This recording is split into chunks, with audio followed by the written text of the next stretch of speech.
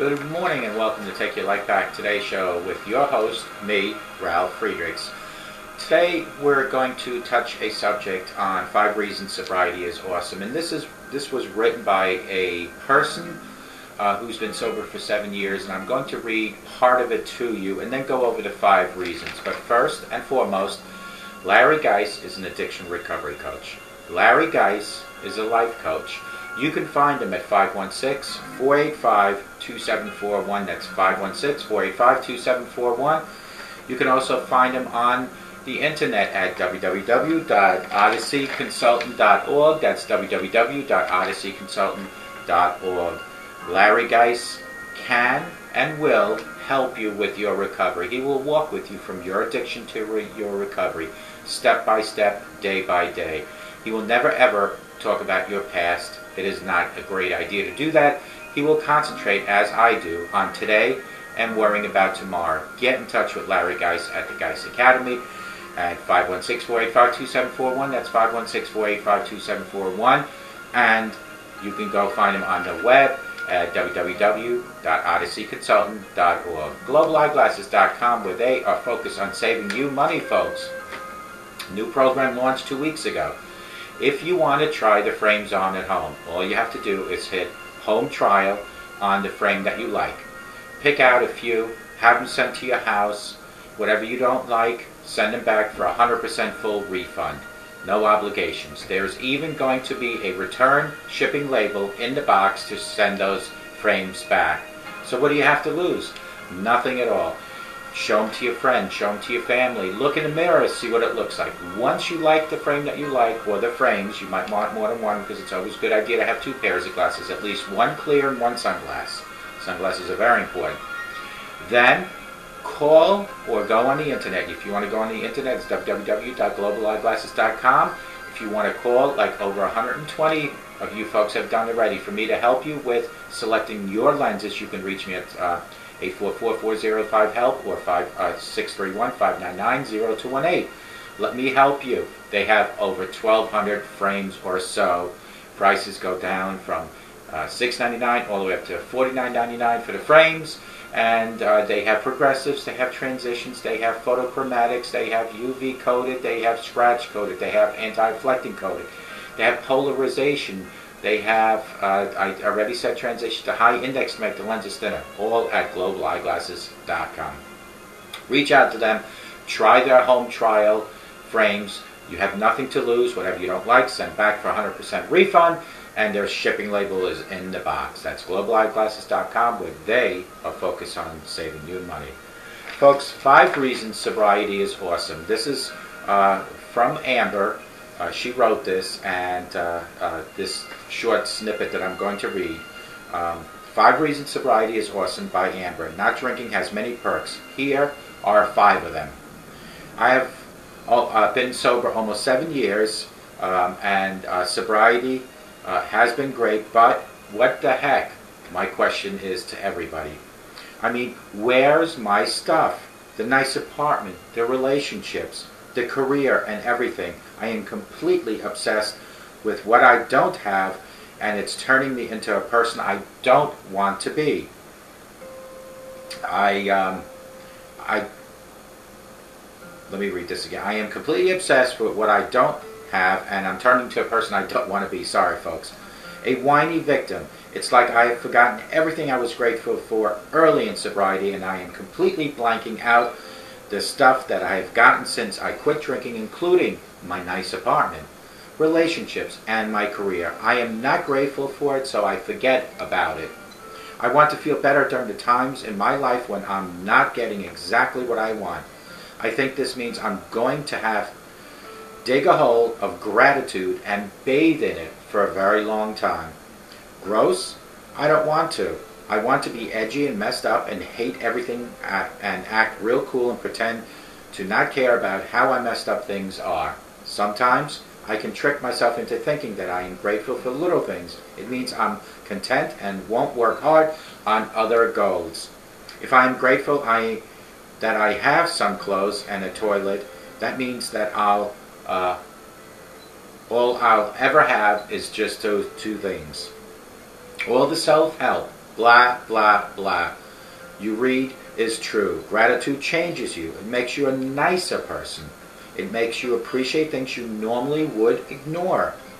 It frees you up. It frees up your creativity because you're not wasting your brain energy hating people or things.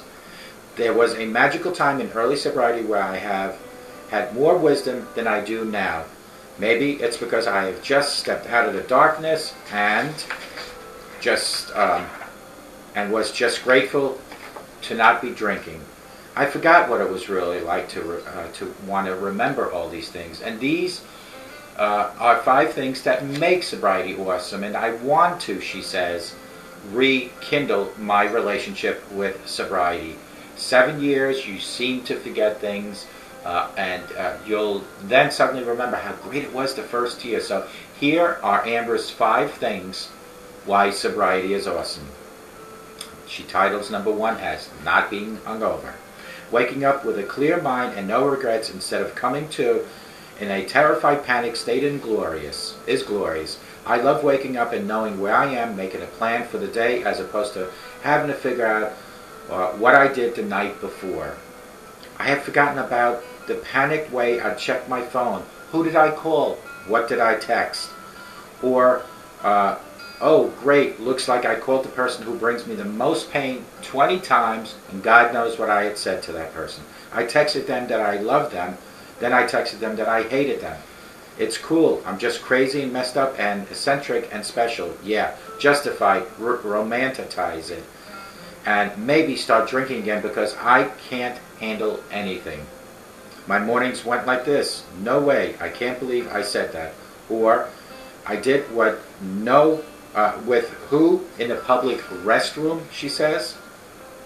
Is that even physically possible? It's like waking up and having an argument with another person and that person is you. A different version of you that you cannot get rid of, and you feel that you are schizophrenic. The voice in my head would only produce the meanest, most hopeless words, sort of like that voice in Birdman, but with a more nasal tone. My hangovers turned into long nightmares, living nightmares. Sometimes I'd spend 2 days in bed before I was ready to leave the house again, and I'm just remembering this now. My behavior after the night of drinking was sometimes worse than it was when I was drunk. Grumpy, distant, resentful, scared, paranoid, empty, and completely self-obsessed. I want to remember how bad hangovers are so I can be grateful for the person who I am and not hungover anymore. Now that I am aware, willing to change, and genuinely wanting to help others. The old hangover me would want to stab the sober me in the face. That's a little graphic. Amber's number 2, looking good. Why not add a little vanity to the gratitude list? I'm grateful for my face is no longer bloated. I used to look like I had a blind, trigger-happy Botox doctor. My face was huge and my skin was stretched to maximum capacity, trying to contain the bloat and excess fluid from exploding out of my skin. I no longer have mystery bruises all over my body. I used to wake up wondering if I got into a fight, but then a friend informed me that I threw myself down the stairs because I was pretending to be a stunt person. I'm sure it was hilarious and worth to see. The bags under my eyes have decreased by at least 75%, and the red blotches I used to get all over my neck and chest are no longer there. I don't sweat like a pig when I walk down the street, and the color of my skin has returned to normal. My eye makeup is on my eyes and not on my forehead, and my hair only sometimes has crumbs in them. That was number 2. Number 3, relationships with other sober people. It has taken me a long time to want to be friends with other sober people. Not that I ever thought anything was wrong with it, I just didn't think I needed them as real friends. I knew they could help me, but I didn't want to build a relationship with them. I already had friends, mostly normal people and active alcoholics. I work in the industry where you can create an image of being drunk and get paid lots of money for it.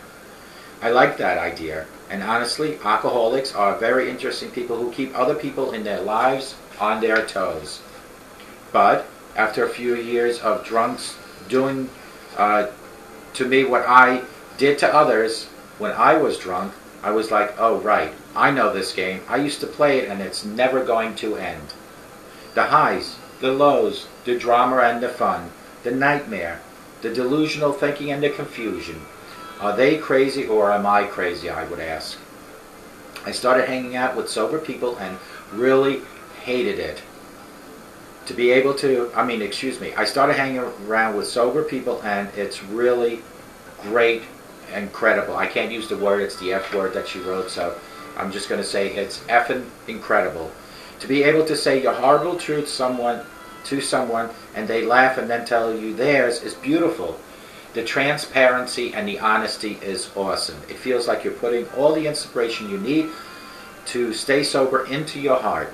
Sitting and talking with another sober person sometimes reminds me what it was like when I connected with other people at the bar after a few drinks. The jokes flow, maybe a little oversharing happens, and this cheesy feeling you get me washes over you. Except you don't black out and you have sex with the person that you would never talk to again. You don't do anymore. Before I quit drinking, even in early sobriety, I used to think of sober people as squares, self-righteous, and judgmental. But in its furthest thing from the truth, I have learned. Most of them have done really disgusting things and have the most insane stories, as they won't judge you for all the bad stuff you have done because they have done double. And they have a pretty good idea of how alcoholism works. So they're more understanding of someone else's drinking because they are experienced the indisness of the disease themselves. I am grateful I've opened up to having closer relationships with them. Amber number 4, having the guts to make hard decisions. One of the hardest and most beautiful things about sobriety is awareness, mostly about yourself. I've learned some harsh truths about myself that I used to drown with booze because it was too painful to even admit. I've realized that I am manipulative, jealous, and make myself small for others so they feel good about themselves. I also blame others for my problems, and I am always looking for ways to cut corners in work situations. Pretty gross and not fun. But the magic is the shift that begins to happen when you recognize that bad patterns and make choices that move you out of your defects and closer to better yourself. I've slowly experienced this throughout my sobriety, and I sometimes forget how far I've come as a sober person and as a human. This may sound like bragging, but I think it's good to give yourself a pat on the back because it is too easy to think you're a piece of, I don't want to use the word, poop, even in sobriety. And to go against the bad behaviors that you've used to, whether they are survival skills you have developed as a kid or from another time when they used to work for you, to be willing to change them for a sole fact that you want to be a better person is courageous. It might not be cool and edgy, but I'll take change destructive behavior over drunken night any time, any day of the week. And number 5 that she has written, not wanting or needing to drink. The most important one. The fact that I don't want or need a drink is, I don't want to use the word, is a G-damn special miracle. Wanting and needing a drink ruled my life for about a decade, and that obsession has been lifted. I don't know where it went. I like to think it's buried in a bad obsession cemetery. And I still visit it and put flowers under its grave because I respect it. I know it can rise from the dead and take over my brain again at any time. I need to create a wall of awareness and gratitude around me so the damn demons don't get in when they come knocking. I'll be like, hi demon, it's nice to hear from you again, but I'm feeling pretty good right now, so please go away. Okay, that's it. I hope this helps other people, Amber writes, if they are feeling a little antsy in sobriety. And I also hope it helps anyone who wants to get sober. This was directly from Amber, and I'm going to cover it real quickly again. I'm just going to give you the beginning of it, and then the 5 quick reasons sobriety is awesome. Amber writes, I've been almost sober for 7 years, and I say, what the heck? I mean, where's my stuff? The nice apartment, the relationships, the career, and everything else. I am completely obsessed with what I don't have. It's turning me into a person I don't want to be. A whiny victim. It's like I have forgotten everything I was grateful for in early sobriety about 6 years ago. I want to feel better during the times in my life when I am not getting exactly what I want. So, I have come up with 5 reasons why sobriety is awesome. Number 1, Amber writes, is not being hungover. Waking up with a clear mind, no regrets, instead of coming to and in a terrified panic state of glory and glorious. I loved waking up and knowing where I am, making a plan for the day, as opposed to having to figure out what I did the night before. Who did I call? Who did I text? How many times did I tell the person that I don't like most how much I loved him, and then told him I hated him? Amber writes, number 2 on her list is looking good. Why not add a little vanity to the gratitude list, she writes. I am grateful my face is no longer bloated. I used to look like a blind, trigger-happy Botox doctor. My face was huge and my skin was stretched to the maximum capacity, trying to contain the bloat of excess fluid exploding out of my skin. It is nice, she writes, to be able to wear makeup on my eye and not on my forehead. Number 3, she writes, relationships with other sober people. She writes, I've always thought that other sober people would judge her, would crucify her. But then she realized that these sober people she has met now are all people that understand her disease because they have the disease. These are people that can tell stories that you might even have or that Amber had. So it makes it so much easier to talk to people. Number 4 on her list was having the guts to make hard decisions. One of the hardest and most beautiful things, she writes, about sobriety is awareness, mostly about yourself. Amber has learned some harsh truths about herself, and she used to drown herself in alcohol like most of us have. Then she realized that jealous and she can make herself jealous and make herself small for others so they would feel good about themselves. She writes, I also blame others for my problems, and I'm always looking for ways to cut corners in work situations. Pretty gross and not fun, she writes. But the magic is the shift that begins to happen when you recognize how bad patterns make the choices to move out of your defects and close to the better yourself. And that is what sobriety is all about, she writes. And number 5, and I feel the most important, she writes, is not wanting or needing a drink. The fact that I don't want a drink, she writes, or need a drink is, I don't want to use the word, it's G-damn special miracle. Wanting and needing a drink ruled my life for about a decade, she writes, and the obsession has been lifted. I don't know where it went. I like to think it was buried in a bad obsession cemetery, she writes, and I'm still visiting it and putting flowers on her grave because I respect the disease that's buried within this cemetery. I know it can rise from the dead and take over my brain anytime it wants to.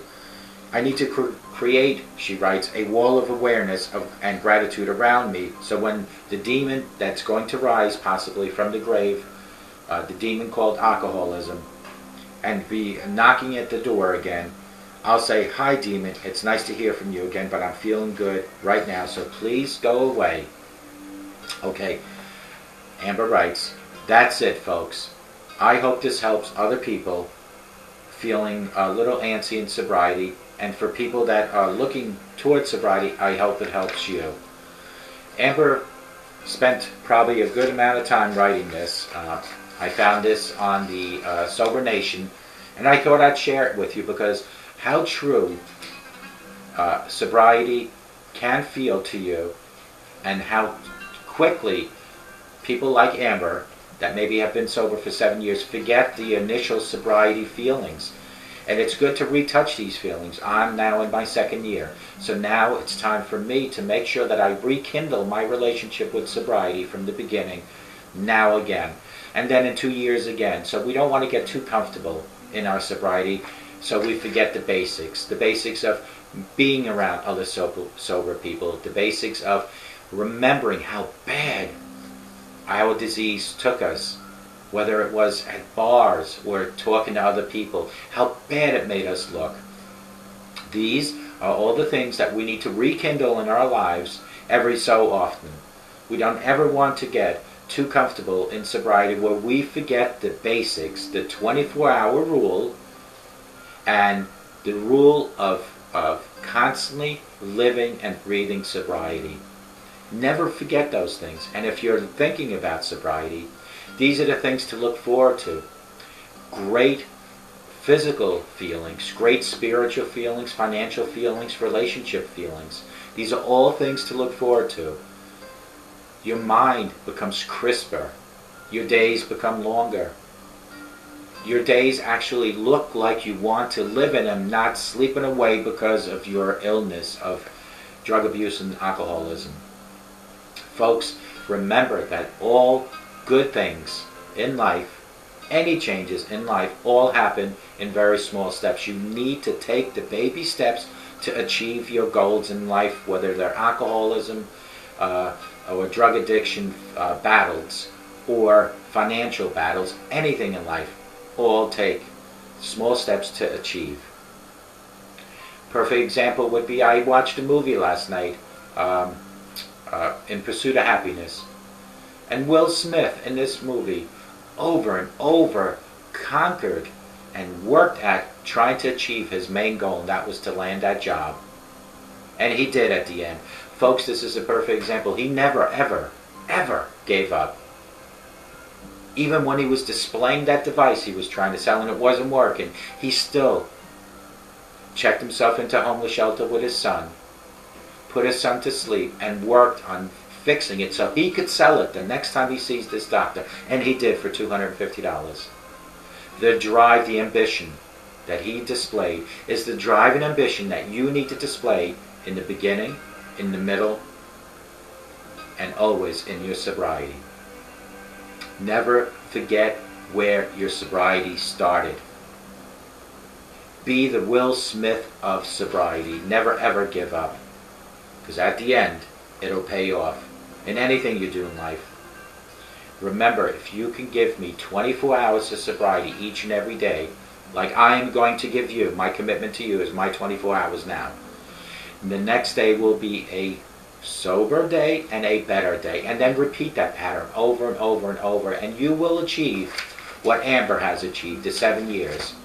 But the great thing is that maybe Amber didn't have the opportunity of having someone or some people telling them the information that she's telling you, giving you a hint of how to never get too comfortable in your sobriety.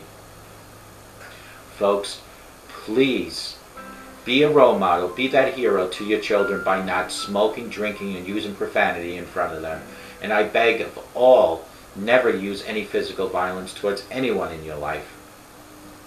Start thinking positive, and I promise you, my friend, positive things will happen in your life.